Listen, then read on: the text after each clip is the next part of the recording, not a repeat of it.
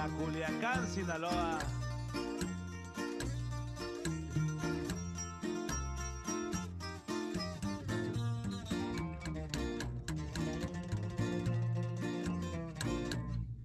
Muy poco del duro guardado fue a buscarle en Oregón. Se esforzó y así fue escalando y solo se acuerda de lo que sufrió. Agradece al cielo por sus hijos, su güera querida, son su bendición. Sus hijos se han destacado, orgulloso está el Señor. Un saludo a los Arredondo y muchas gracias por el honor de contar la historia de un ranchero desde Tecolotes hasta Oregón. Es un orgullo para ese de rancho, el de ojos verdes, nunca se rajó. Vive contento con su familia, es lo más sagrado que Dios le dio. Bien merecido tiene su corrido, su hijo Sabino fue quien lo pidió.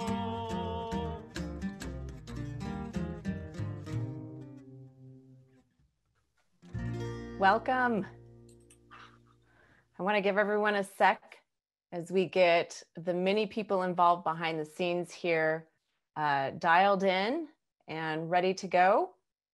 And we welcome a few more people who are signing on as I speak. Welcome to Sense of Place. Bienvenidos a Sentido de Lugar. Me llamo Sarah Fox y me siento muy agradecida de que nos, this is a hard word, acompañen esta noche para la conversación con Gladys Rivera.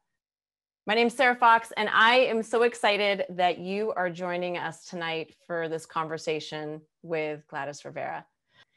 I can't remember the first time that I heard of Gladys, but I can tell you the first time I saw her, and it wasn't exactly seeing her. It was a newspaper article, and she was standing at Hood River City Council.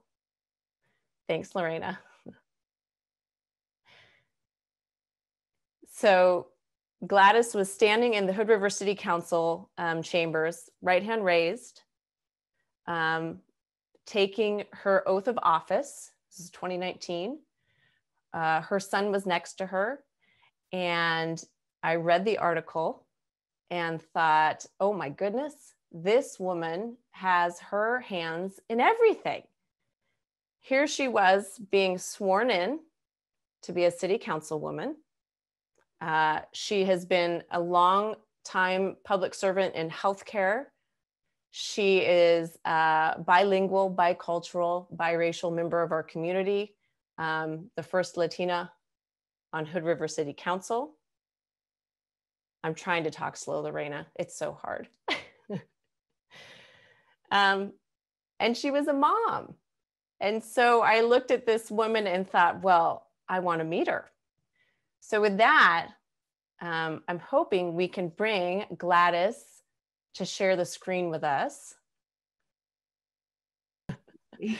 I want to give you a chance. I did my introduction, which just skims the surface, and this whole conversation I know will be the tip of the iceberg. But I would love to hear, how do you introduce yourself and what you're doing to people?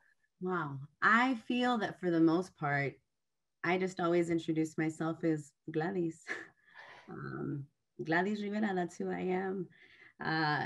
It really depends, I guess, the environment that I'm in on what hat I choose to wear, but the hat that never comes off is, you know, I'm a mom, I'm someone's mama, and I have the privilege of having 3 wonderful kids that really drive me to do everything that I do and as involved as I am, because it's my responsibility as their mother to make sure that they have equitable opportunities. And that is why I dabble in all of it.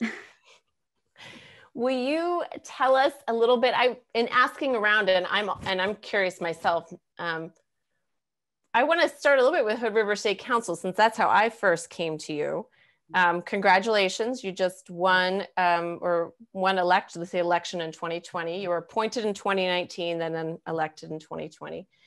Help demystify a little bit of how do you even run for city council or a public service position? What do you have to do, from just funding, logistics, yard signs? Yeah, so for this, in 2019, I was appointed. So I did not have to run an election or a campaign, put up signs, any of that. I had to complete an application and then submit it. And then council members themselves decided who was going to become a member of council. And in 2019, it was down to 3 of us. And so Angel Reyes Borton, Susan Johnson, and myself. And then they picked me. This last election actually had to run a campaign. So that started in August. You apply, fill out a lot of paperwork. And then once that goes through, you have to get 50 signatures. And then you submit those signatures. And then after that, that is when you're really given that green light to go ahead and start putting your signs up. And that's when, I think if we weren't in COVID, there was, a lot of handshaking, meeting people, getting together. But because we were in a pandemic, for me, it wasn't challenging because I felt like I just have to talk to a couple people and then those people will talk to more people. And I mean, throughout the years, networking is what I have done. So I felt very comfortable in this situation. And then sure enough, getting signs out, getting to talk to people through emails, phone calls, virtually. And then sure enough, on November, I can't even remember the date now, I became the first elected Latina in 125 years since Hood River has been established. I want to come back to more about the city council. Actually, let's go ahead and stick with that, because do you know, in the past, have we had many other elections where members from the Latino community have been able to run or have run? I know that they have. I remember specifically one gal that ran, and I don't want to share her name, just I don't know if she wants me to. I do know that Martin Campos Davis served, and he was the first Latino. But besides that, I don't know of any other Latino or any other person of color that has served on council. Okay. I want to talk some about challenges and obstacles. We'll come back to that. But I also want to give Lorena a break. Yep, she just took a big deep breath. Nice job, Lorena. Gabrielle, it's you. Okay. If there's any problems, Erica will send me a message and let me know. Thank you, everyone. So before we go in a little bit more deeper into city council, I want to ask, we talked some briefly about this, but I want to give you the chance to share some more about what your preference is, because I know the newspaper article said you were the first Hispanic person on city council. I've heard you use Latina. I frequently read or hear Latinx or Latinx, Mexican American. Do you have a preference of what words we use to help describe this portion of who you are? Yeah, so for me, yo soy mexicana, right? I'm Mexican, soy mexicana. But, we live in a time where they try to group us all together. Hispanic and Latino or Latina are not the same. They're not interchangeable. Hispanic is more Spaniard, and Latinos, Latinas are, Mexico and below. I prefer the term Latinx now, simply because the X is non-binary, so you can address a large group and just say Latinx. But you're gonna have folks that don't agree with that. There's folks that identify as Chicanos. There's folks that we all have our labels, or I guess what we want to be identified as, and it really is up to the individual. But for me, addressing a larger group, I would use Latinx. Okay, thank you for just letting me know how we'll proceed on that at least. So I want to go back to public service. And in this case, you've done a lot of public service, but feel free to use city council since that's what we were talking about. Public service is hard work. It's often low paying or volunteer. You can be targeted just because you're out there, regardless what you're doing. And so it's a real sacrifice. And I'm curious, what are some of the effective ways that you have seen or that you think we could bring more people into public service given all those challenges that are just inherent in this type of work?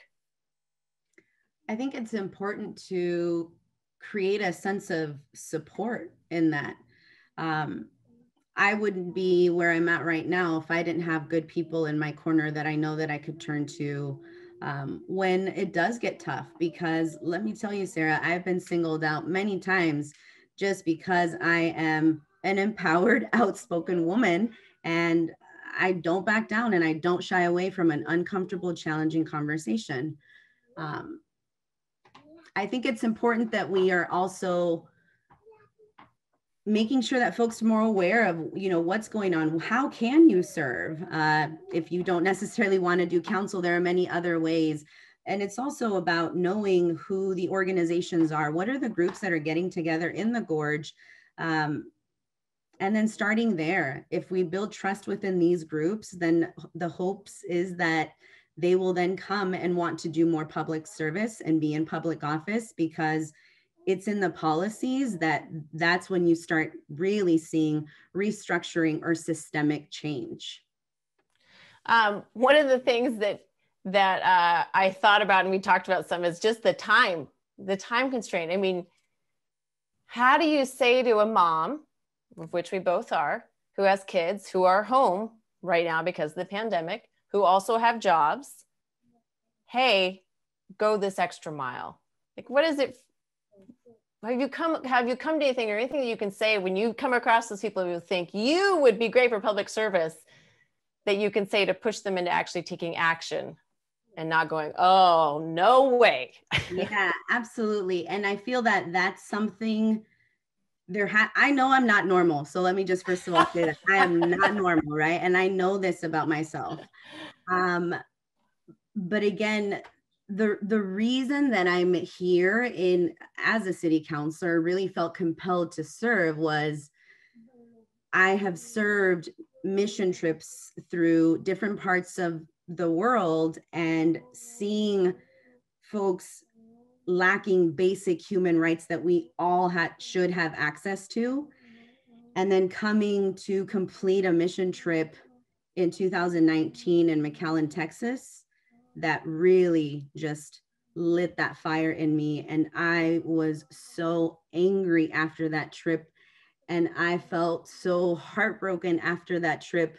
I felt so disgusted after that trip, simply because we were responding down to the detention centers when they had over 1,000 people a day, and getting to hear those people's stories, single moms that walked from El Salvador, feeling disgusted that this for-profit system houses individuals like animals, treats them like animals. Seeing a 7-year-old child scream, "Don't take me back to the icebox," that moment right there, that's what did it for me. I have children that are growing up, and the statistics say that they're going to be oppressed, that they're going to have to overperform to have the same advantages as their white counterparts. I can't change what's going on in the country, but I can do something here in my own community, in my own backyard. And that's what really just compelled me to say, enough is enough. I can't wait to be saved. I can't wait for change to happen. So I might as well go do it myself. I want to know, I have to say right here, we knew this would be tip of the iceberg for so many things. So if it feels to you or to anyone else that we are having to leave pieces unexplored, I know that we know that, and I apologize. What I really want to hear about, though, is some of your family background. Because I've met two of your teachers. I've talked to two of your teachers lately. They say, oh, I hear you're talking with Gladys Rivera. I had her as a student. And I'm thinking, none of these people look old enough to have these relationships. So will you tell me about your parents?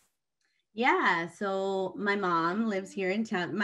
Let's start with my dad. My dad, he came to Hood River in 1985, I believe. He was pretty young. And I won't mention the grower, but he came and started working at a local orchard, started picking, and he worked here and he'd go back to Mexico. Which part of Mexico?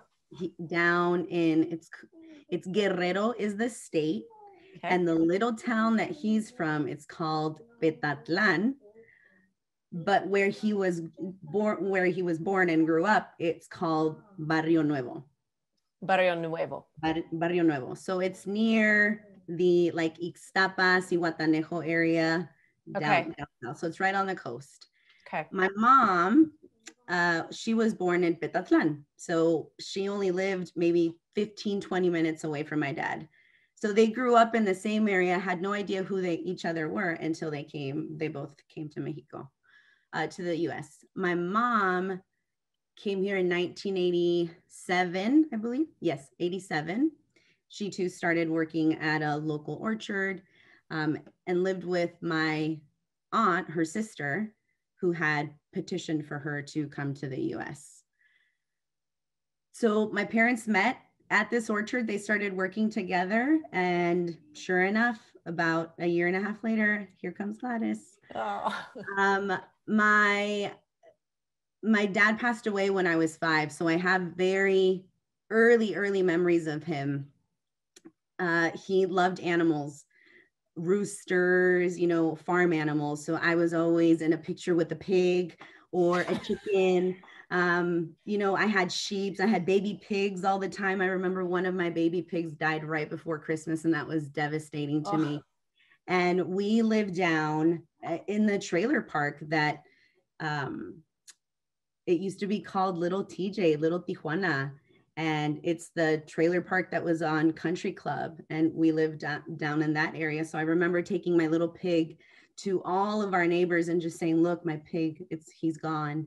My dad loved me. I remember that so much, that we had such great conversations. I remember I didn't speak English. English is my second language. And I remember he spoke English, and how frustrated I felt when I couldn't speak it. And I would say, abersha, and he would talk to me in Spanish, and I'd say, no, you're not saying it right. It's abersha. And then I remember when he passed away. I mean, that was just devastating to me. I remember I didn't realize he had really passed away until after his service. I remember I had asked for milk, and it was at that moment that I realized, oh my gosh, like he's gone, like I'm not going to see him anymore. And that's really where things were really challenging. My mom had 3 kids. It was myself, I was the oldest, and my 2 younger brothers. I had a 1-month-old and a 1-year-old brother. And so my mom was left with 3 kids to figure it on her own. And she was working in the orchard. She was not making a lot of money. It was really hard, and we struggled a lot. Thank goodness for Fish Food Bank at that time, because I remember going to fish when I was younger. My mom was too proud to take WIC or, food stamps, because it was always something that people looked down upon of, you're just getting these handouts. So she didn't apply for that. So Sarah, we struggled. We were hungry a lot when I was younger. I remember having to miss school because I would have to babysit, or I remember missing school because I would have to go be the interpreter for my mom's appointments. I remember being the family accountant, the lawyer, the family doctor, and I was a kid. So I just remember having to grow up really fast. Do you want to keep going into this, or should we go into something else? I think we can go into some other stuff, but you said that you're, and I want to give Gabrielle a break, but you also said, so your mom lives here. Yes. Do you think, is she watching tonight? I hope she is. She was just calling me 5 minutes ago, so I hope she was able to log on to Zoom. What's her name? She should be on here as Lydia, Lydia. Well, hi, Lydia. Thanks for joining us if you are, but please don't call her for the next little bit, okay? We get her, okay? Gabrielle, I want to give you a break. Thank you. Lorena, if you don't mind, we'll have you tune back in. And then, God, I'm not good at digital conversations. It's very hard for me not be able. Neither am I. Giggle and be natural. So thank you for talking family. And I know we have some health stuff. Let's see. Excuse me here. I'm just trying to follow my notes and realizing I'm not doing that. No, that's okay. And I go off track. Whatever I wrote down, I already forgot it. Okay, good. I want to go back. I want to hear some about, can I just talk to you as like a working mom? Yeah. One of the things that I've heard come up a lot, and this was pre-COVID, was childcare is so hard to find here. And then COVID came and you couldn't have childcare because it didn't exist and we need to have kids home. And I've talked with a lot of folks just about rural living in general, but here, and how do you make it work? And what happens now when COVID goes away and we don't have as many options because they've gone out of business? I mean, what do you have to say to the other parents who are trying to balance it all and have kids? Got any secrets up your sleeve? I honestly, I don't. There's weeks that I'm like, I don't know how we're going to get through this week. I first of all, I want to take the time to appreciate any educator on this call, because I have taken educators for granted, and you all deserve so much more in pay, and I am so sorry. But thank you so much for your commitment to my children, to our students during this time. There are so many struggling out there who don't even have access to the internet. So thank you for all of you who put the time and effort to really help our kids, because wow, again, I have simply taken educators for granted. It's hard. We have like a system, we have a schedule, and we try as hard as we possibly can to stick to it. Being a working mom, I've got one kiddo back here over there right now who's like, you have to be completely quiet. You cannot speak. I've got two more that are playing video games. So honestly, sometimes video games or those incentives at this point is what saves us and gets us through the week. Like, do you really want some screen time on Friday? Then get your homework done. Get your homework done.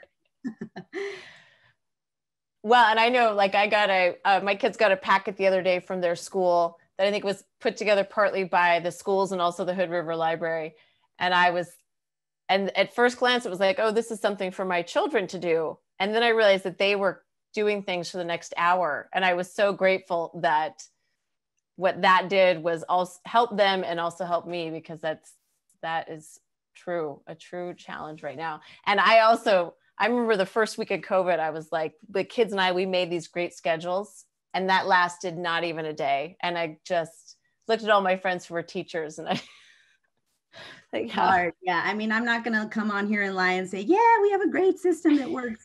I mean, there are weeks that, yes, it all works. Everyone gets their homework done. I get all my work done. I get all my reading done. And then there's weeks that it doesn't work out, and it's okay. I think it's okay to not be okay. Yeah. Normalizing that we're not in a normal situation, and that it's okay to struggle, and that I think that there's this expectation, at least for me, right? I'm just talking about myself. There's this expectation that I'm perfect, or that I can do it all. And I struggle just like everybody else does. It's hard for me, just like it is for everyone else. Sometimes it feels better when it's like, when you'd go to school and you hadn't done your homework and then you found out the kid next to you hadn't either. And you're like, okay, we're okay. It's nice to know other people are trying to figure it out. Not just me who is, finally getting to take a shower at 10 o'clock. Other people do this too. Well, tell your kids thank you afterwards. Give them a little screen time or extra ice cream or something. They will. Okay, so one of the other hats that you wear is a preventative health manager, yes, which to you means something, and I can guess what it means, but can you kind of give us in a nutshell, what is the purpose of a preventative health manager? What are you trying to prevent? Prevent it all. Prevent it all. Our primary focus as a clinic is managing chronic conditions. And that's where my title is completely different than some of the others, because my job is to prevent any of those issues from happening. So really addressing what are called social determinants of health, the social factors that contribute to someone's overall health and well-being. If you don't have stable housing, that's going to be an issue. If you don't have transportation, that's going to be an issue. You're not going to have access to medication if you don't have access to transportation. You're not going to be able to get into the clinic if you don't have transportation. So it's really addressing all the social factors and honestly designing equity along the patient's side so that they can achieve healthier outcomes. Can you give us some more examples of how those things that we may not, and maybe even if you have like specific stories, I know that you can tell generally enough to work with HIPAA rules, but where something that's part of our daily life that we wouldn't connect with our health does play out to affect our health? Yeah, absolutely. I will talk about one of my favorite stories. I met this woman while I was working at a local clinic, and this is before I went community health. And she was sick. She had diabetes for a long time, many years before I had stepped into the picture to try and serve her. She was on the verge of losing an extremity. She had really high blood sugars. She had really low blood sugars at times. And the doctor said, Gladys, we're not sure what's going on because we have put this individual into diabetes management, diabetes educator. She's had a lot of support and she's not getting any better. So I went into the room, I introduced myself, and I handed her a piece of paper that talked about the services that I provided. And I asked her to read it to me. And she looked at the paper and she looked at me, she looked at the paper. And when she looked back up, she had water in her eyes. She had teared up. And I realized quickly, she can't read. She couldn't read numbers. She couldn't write numbers. So how are we going to expect her to write down her blood sugar levels if she couldn't understand how to do that? She was in a remote area, did not have transportation, was not able to get her medication. She was isolated. She needed support. She just needed someone to go on a walk with her. She also was, the primary caregiver for her husband and many of her grandkids.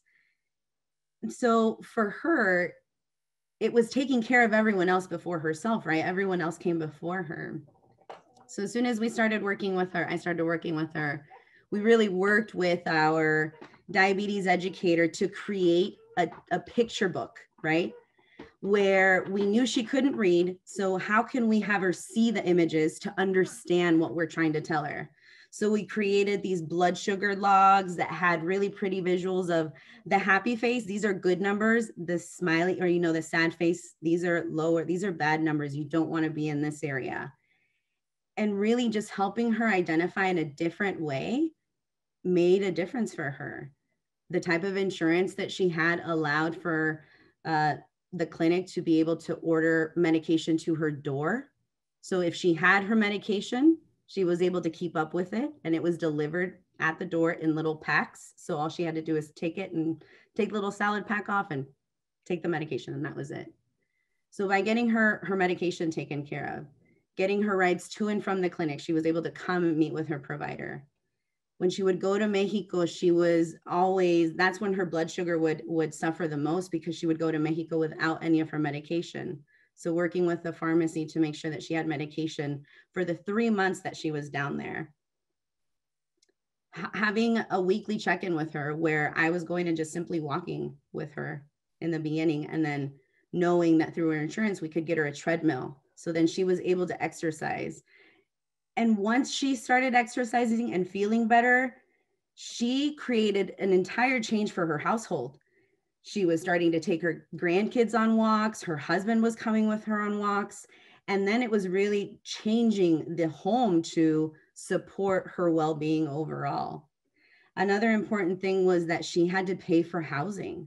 So being able to connect her to a voucher program to help offset part of the rent, so she wasn't spending over 50% of her income doing that, it really allowed her to have some sort of money to be able to purchase more food, healthier food. So these changes, things that you and I on this call, and all those of you who are tuning in, having access to insurance, having access to a provider, transportation, these are all things that we don't think twice about because we have them. We tell folks now, hey, wash your hands for COVID, right? You want to make sure you wash your hands for 20 seconds. Some of our Native American populations don't even have access to water, and it's 2020. So if we don't address these very big factors in someone's health, we're never going to achieve an equitable or healthier outcomes for anyone. Can you help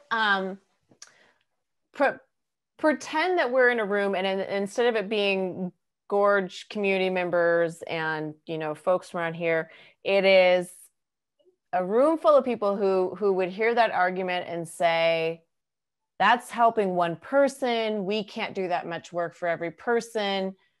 It's unrealistic. Can you play it even further forward and say, okay, so yeah, this is a lot of work for this person, and we're doing it for multiple people, but it is someone over here, but ultimately it will get to all of us in a community and affect us. So how does that play forward now into affecting the health of a community as a whole? If she continues to struggle, how does that affect the rest of us? Because there are many like her. There are so many like her. And even now with COVID, it has exacerbated how many of them there are. So that's the part where I can try and do as much change in healthcare. But again, it really comes to changing the policies. Now that's where we go into the city, right? That's where I can help create some of those policies along with my peers to change that, to address the data that tells us. There's a lot of data that tells us what's wrong, and we have it in front of us.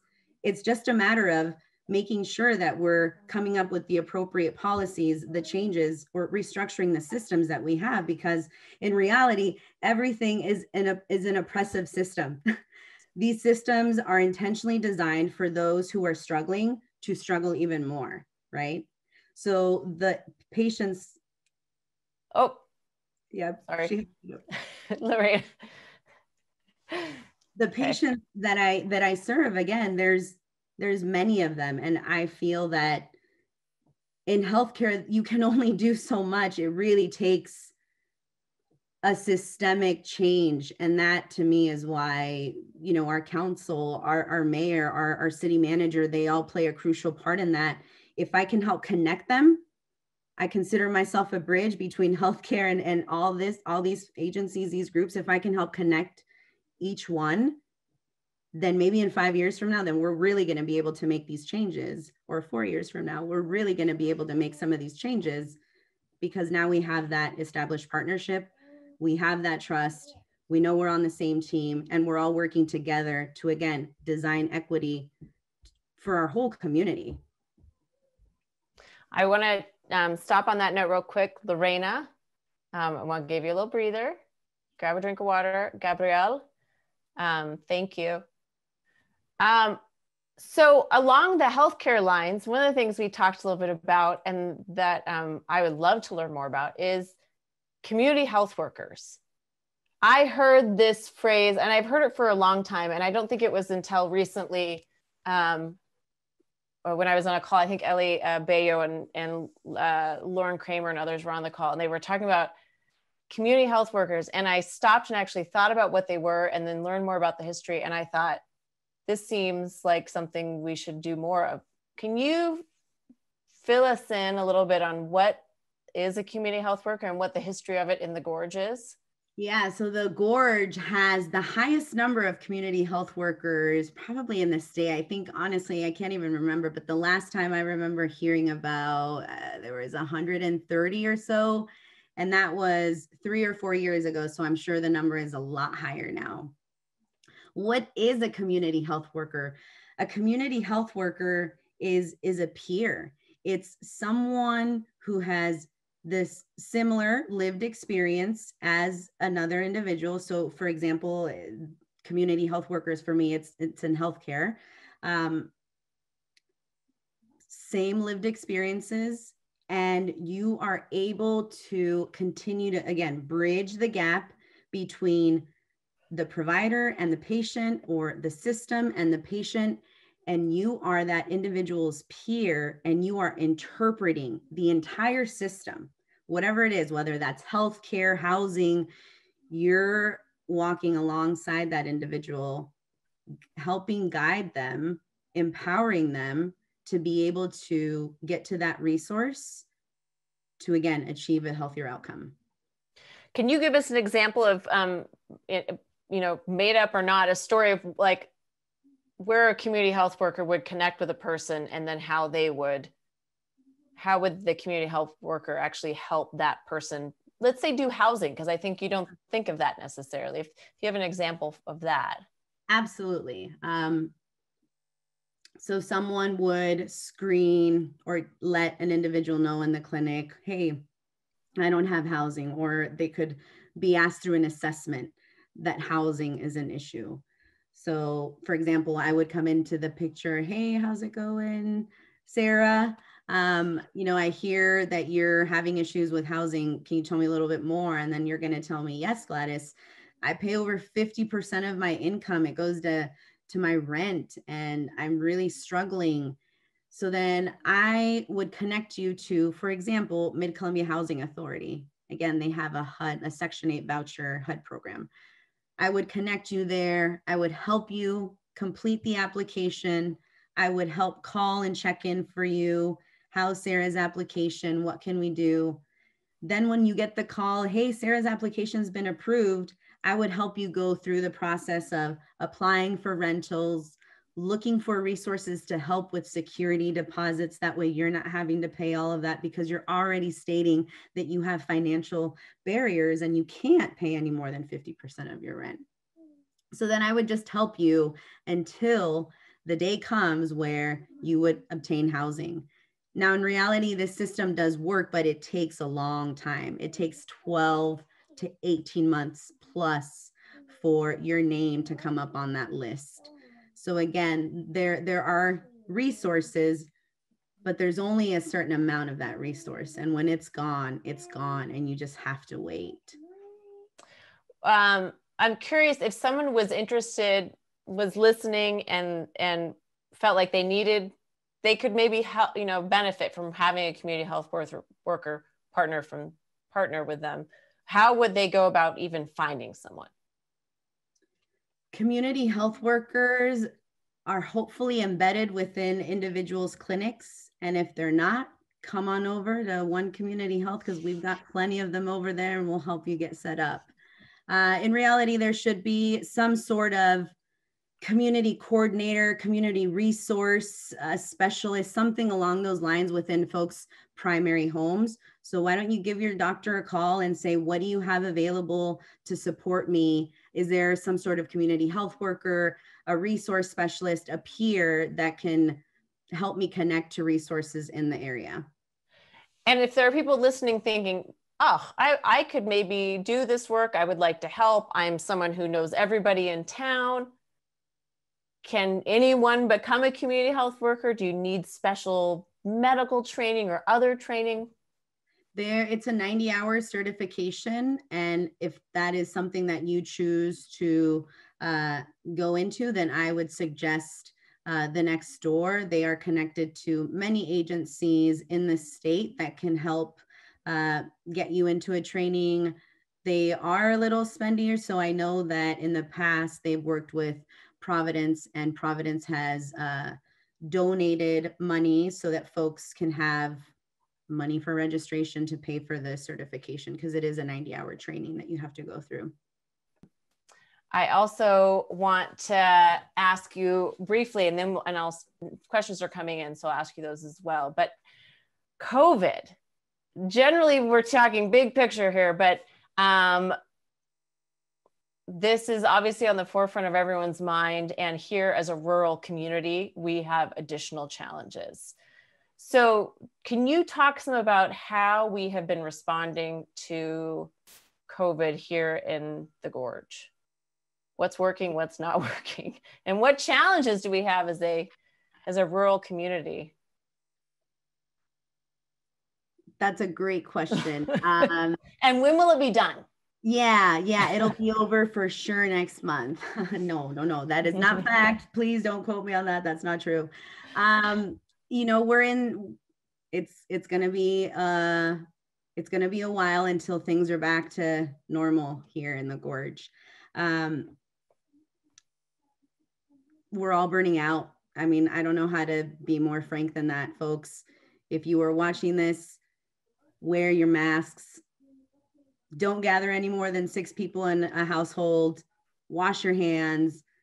COVID cases in our county are rising, and not only just in Hood River, Wasco, Klickitat, Skamania. I mean, the numbers are going up. And what we do know is that it's affecting our most vulnerable. It's affecting our farm workers. It's affecting our Native American population. It's affecting our essential workers that are working at Walmart right now. It's affecting those who are in the first line of defense, right? To continue to bag our groceries, pump gas into our cars. Those are the individuals that are being hurt the most. And those are the ones who are becoming infected, and then they don't have enough money to make it through the 2 weeks, or they don't have enough support.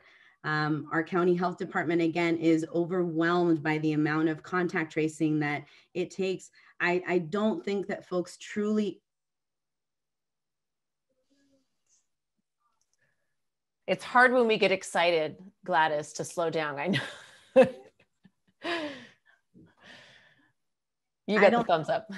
I don't think folks truly understand the amount of work it takes to offer any sort of service during this time right now. It's challenging. And, we know that we're the only country that doesn't provide any sort of support to its people. So I'm very grateful for a new administration, because this last one wasn't working too well for us. And I'm really hopeful. And I feel that I can say that for the first time and really believe it, and starting to get a little glimpse of that light. Like I can kind of see it. I believe it's there. And I'm really hoping that there's going to be some major recovery dollars that are being sent out. We know businesses are hurting. We know we're all just really hurting. The amount of stress and anxiety that this causes on everyone's mental health right now, especially for those folks who are so isolated and don't have that social support in their life. It's hard. It's really hard. And I really feel hopeful that solutions will come soon. This is a big week for that. First vaccinations coming out. Okay, I want to ask you some questions on behalf of other people who've put them out. Christy would love to hear more about your path from growing up to your current career. And what were some of the experiences that made a difference? And what do you wish had existed to help her? And I should point out that you are a lifelong Gorge resident, born and raised, it's increasingly hard to find those people. So I just wanted to make sure that's clear because that was certainly exciting. I always love hearing what people can say about this place since now I'm raising my kids here. So yeah. So growing up, how'd you get to where you are? Growing up, as I mentioned, it was really hard growing up. We were really poor. We didn't have a whole lot. I truly always remember the Adidas. There were Adidas shoes that came out, the 3 stripes on the side, and my mom couldn't afford to get me Adidas. And so we went to Payless, and I remember that I found the shoes and they were all white, but they had 4 stripes. And I was like, oh my gosh, I cannot go to school like this. So I remember taking the 4th stripe off, and then I had the 3 stripes and just felt so cool because of that. And I always remember that story just because I thought it was normal for kids to want things and not be able to have them. So as I mentioned, it was really hard growing up here in the Gorge. We struggled a lot. But as I got older, I continued to go to school. I'm a very smart woman. I was a very bright student myself. But when I was 15, my mom kicked me out of my house and I was on my own. So something that 15. At 15 years old. What'd you do? So I was going to school and I was renting an apartment in the Dalles. And I remember that I would get off of school and I would go work at what was high school pharmacy at the time, Walgreens now.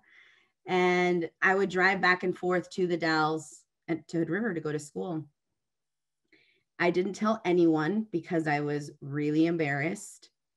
I also didn't feel close to any of my teachers in high school. I did feel very close to some of my middle school teachers, but I didn't feel comfortable enough to reach out to let anyone know that I was struggling. So at that time, kids, are relying on their parents to help them with FAFSAs and all of that. I didn't have that option just because I had to survive. So I just worked really, really hard. And I started working at the kitchen in the hospital. And I knew I'm only starting here because I want to get my foot in the door. Like healthcare is what I want to do. And I started working there. And as soon as I was able to transfer out of the kitchen, I did. And I started learning registration. I started learning about insurances. I started learning about the barriers that patients had. And from there, I just continued looking for more opportunities. And it was when I started working as an administrative assistant for one of the directors within the organization that he gave me the opportunity to learn.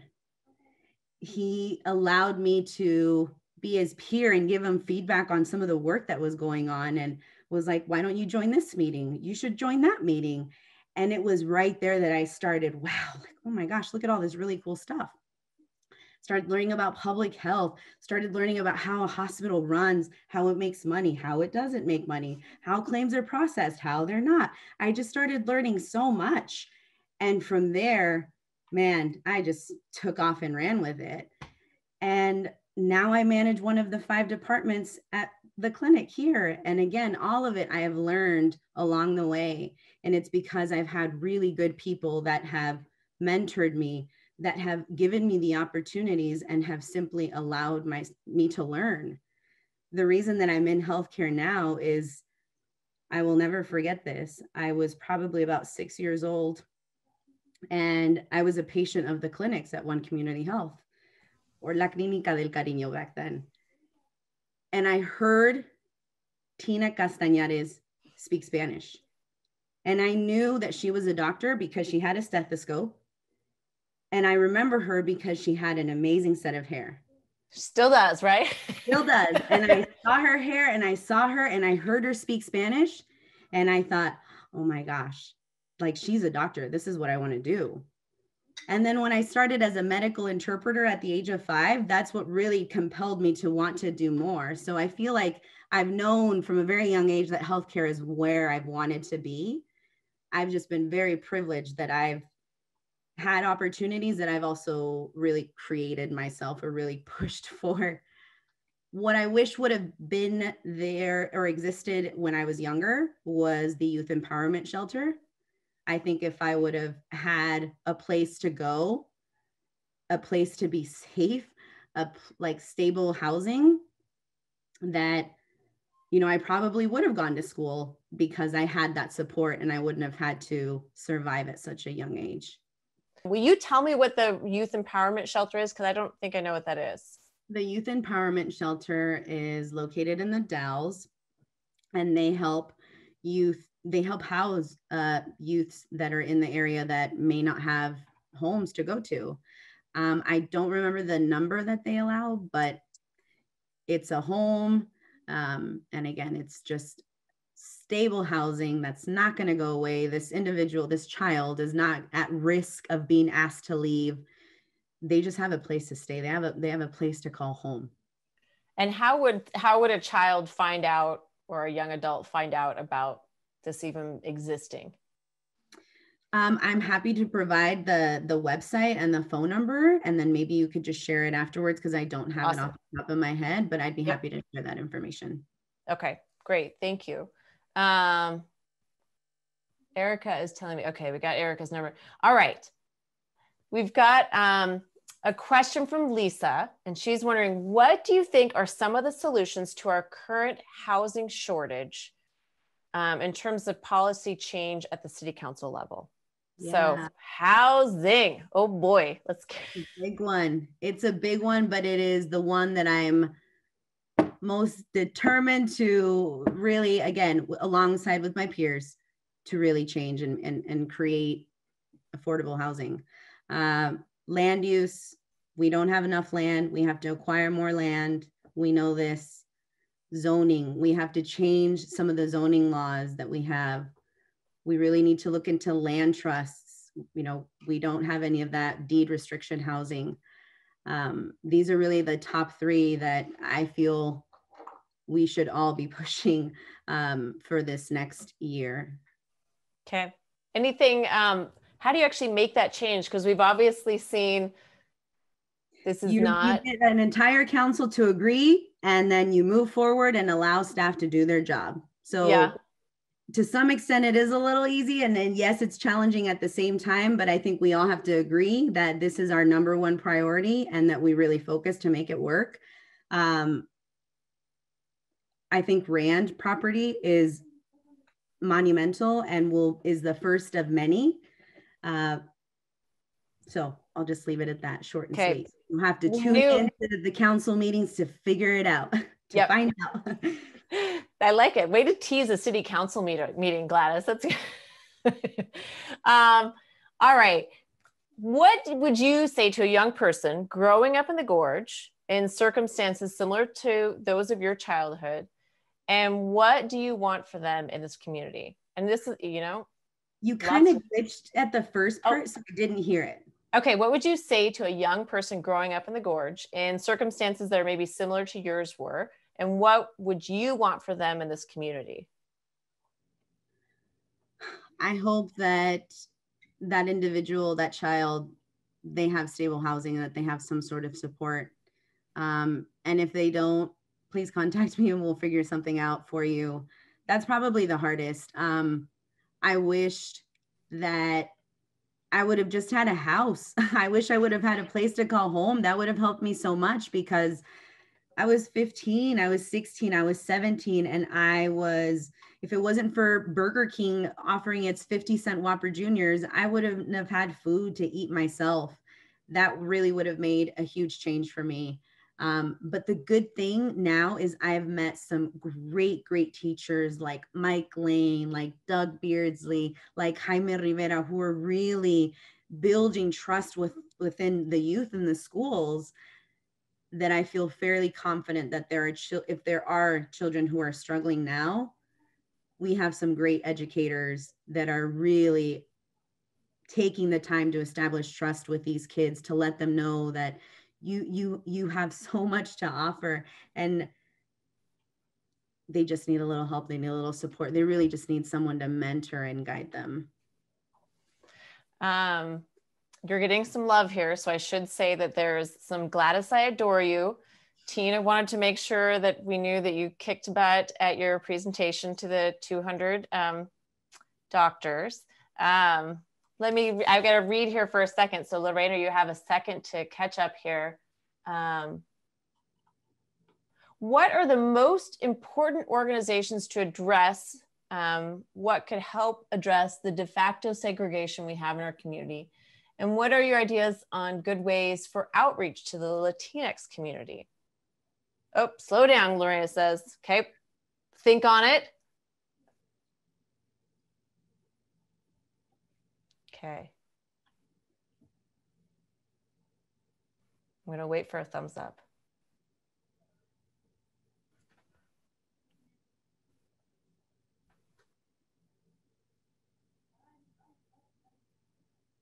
Okay, let's go.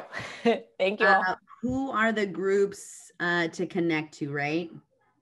And how do we do outreach to the Latinx community? And I think also that one thing that she mentioned that I only bring up because I've heard it from speaking with some of the Japanese Americans, this sort of de facto segregation where there's two cultures sort of living parallel lives. So just a little question, Gladys. Yeah, just a tiny little one to figure out. You know, I think that there's one group that to some extent kind of highlights or really does speak on some of these systemic racist systems that exist in the gorge. And to me, that would be our community advisory council. So that's like a subcommittee of the CCO, which houses the Medicaid dollars. It's like the local Medicaid for insurer, right? For those individuals. That's to me, that's where really great conversations have come out of. And this is a group where it's composed of many, many agencies. And we have worked all so well together to complete what's called the community health needs assessment. And again, being able to really identify, you know, who are the groups that are most at risk? What are the barriers that they're identifying? And that's kind of really the plan or the structure that we have to try and change for, you know, the next year or address. What can we do to outreach more of the Latinx community is, you know, when I was growing up, the Expo Center was here and it was down by the port. It's where it was located, like where ferment would be, solstice, like in that area right there. That was like a sense of community. That was a sense of place. We belonged there.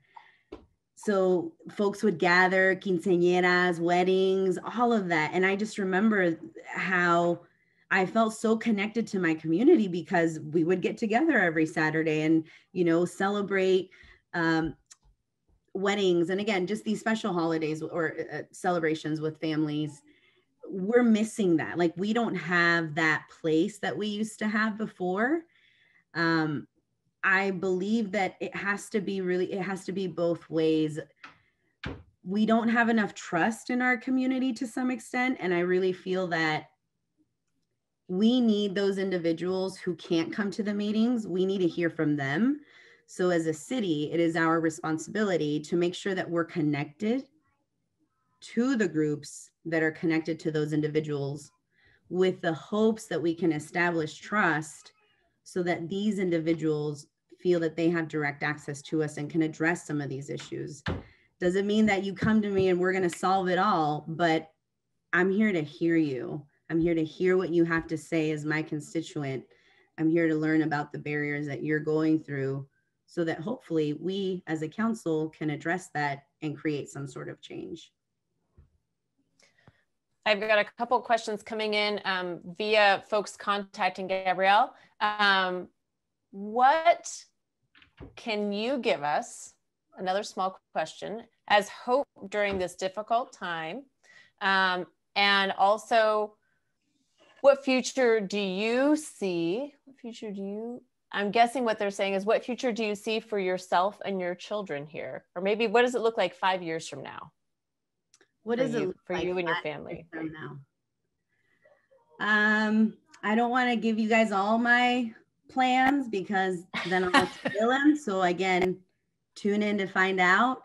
I'm hoping the next 5 years, I'm hoping that folks who are bicultural, bilingual, BIPOC community members, that they feel compelled to want to serve in public office, because in order to create change, we really have to diversify all governing decision-making bodies in order to create equity, in order for equitable solutions to come. Because right now, a majority of folks have one lens that they see the world.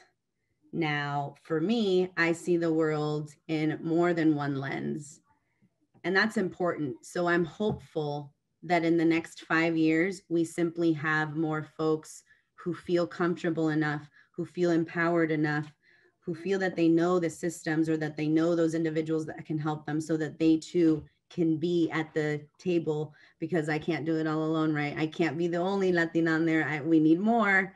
So I'm really hoping that there's more of that. What do I see for all of us moving forward? Hopefully we are able to achieve, we will achieve affordable housing. That will happen, because time and time again, I've heard in the past, this is our number one priority. This is a high priority. We need to drive it to like 100. Like we really have to make it happen. As a city, we don't build houses. We do not. But we need to figure out, how can we incentivize builders so that they want to build more affordable housing? And again, being able to change some of the zoning laws so that they too can have some sort of profit as opposed to zero, but hopefully they're also wanting to build out of the goodness of their hearts, because they really do want to see more folks having an access to housing in the Gorge. I mean, it's the most expensive place in the state, and homes are over $500,000. I can't buy a house. I can't buy a house. I work here. I serve here so very hard. There should be more opportunities for folks like me and folks similar to my situation, and we should have a fair chance for housing.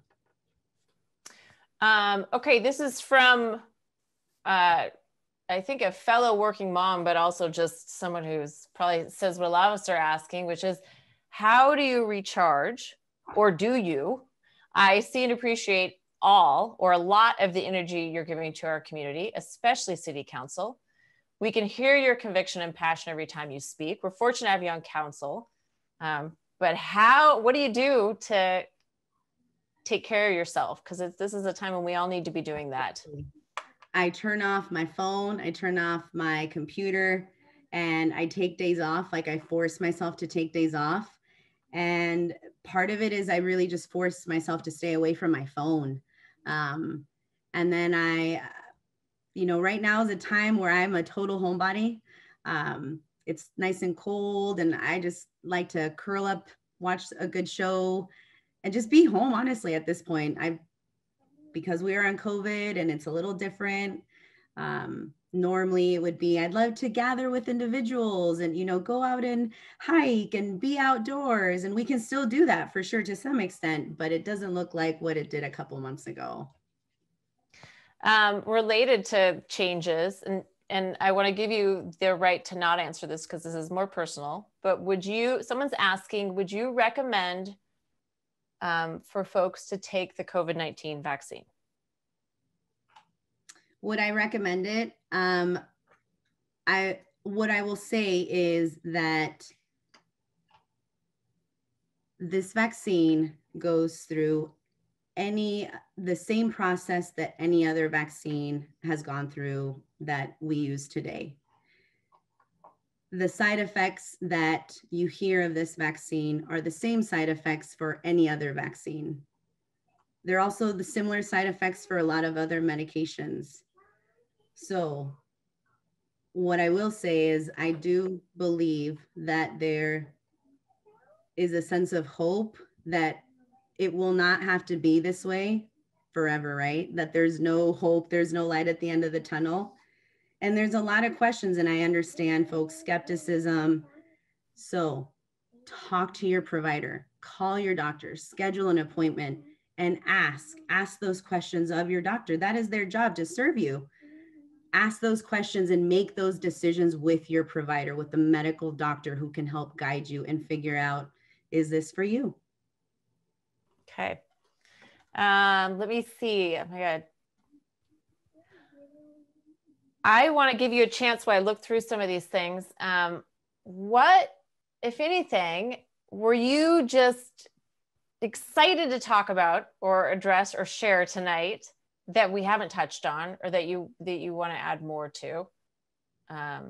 If anything, I'm going to just give you a chance to think, give Lorena a chance to breathe, and then just take it away if you have a thought. And I felt compelled to share. You know, I mean, no, I know that like there's these two sides of me. One side is this empowered woman you see out there, not afraid. And then there's this other side of me where can be shy and private, to be honest. So it's really hard for me to just open up and just start freely sharing. Yeah, there's two sides of me. Well, I want to be thoughtful about your time and also the time of Lorena and Gabrielle and everyone tuning in. So folks, if you have questions, please get them in now. We had one that I think it's a pretty big question. I'll just say it and you can see how you want to answer. But someone asked, what are the greatest desires of the Hispanic community in Hood River? Which I know you speak for Gladys. Yeah, so that's what I was gonna say. That's really hard for me to answer because I'm not the token Mexican that's like the representative of every Latinx, Latino, Latina, Chicano, you know, Hispanic in the area. So I don't speak for everyone. And I feel that if you want to know more, ask those individuals. What is it that you want? Start these conversations, get to know your neighbor, figure out, you know, what does this dance mean? Or why do you celebrate this? Ask. That's the only way that you find out. And then you build that trust, you build that sense of community amongst yourselves. Yep. Or interrupt someone at a coffee shop, that kind of thing. Absolutely, yeah. Let me just make sure I haven't missed anything else here, Gladys. I think we're coming. I want everyone to know Gladys has been so kind in working through some extra rehearsals for Zoom, as has Lorena and Gabrielle, so that we could figure out how to make this interpretation piece work and make it just a little bit more accessible.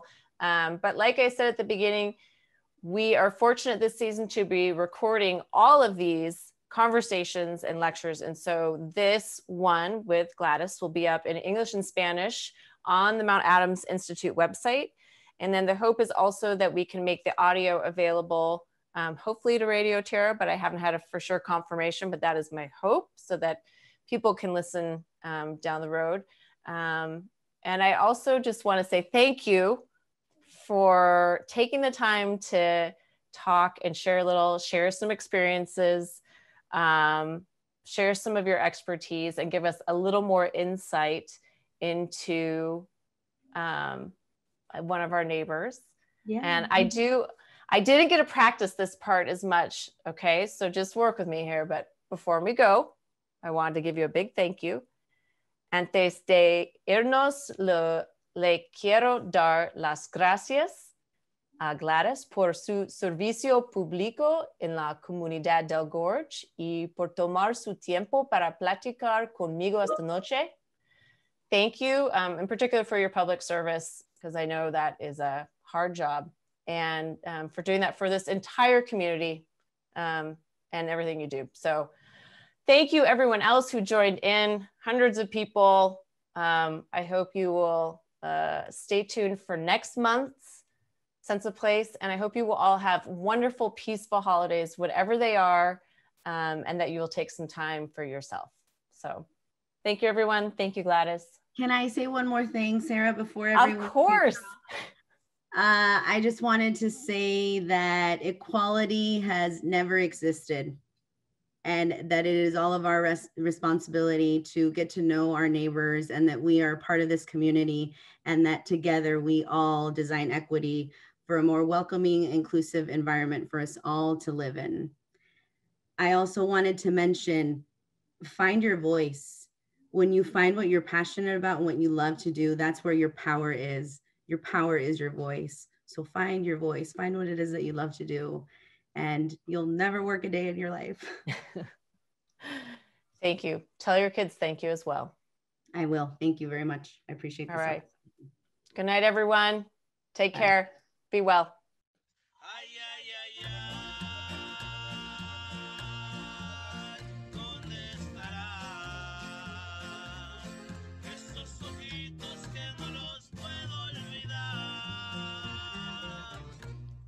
Culiacán le quedaba cerquitas, Sinaloa lo miro crecer, el ranchito de los tecolotes, para ser exacto, lo miro nacer.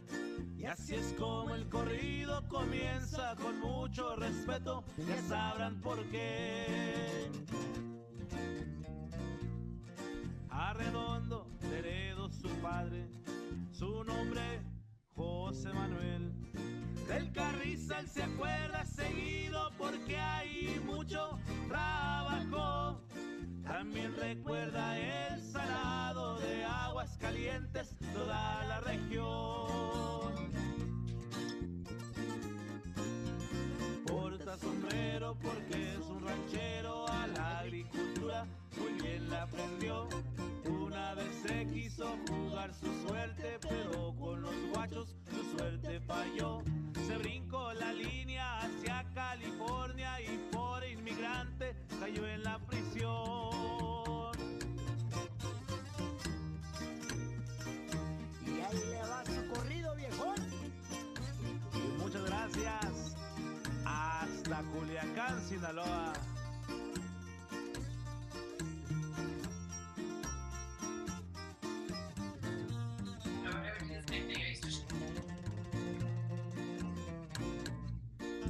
Poco del duro guardado, fue a buscarle en Oregón. Se esforzó y así fue escalando, y solo se acuerda de lo que sufrió. Agradece al cielo por sus hijos, su güera.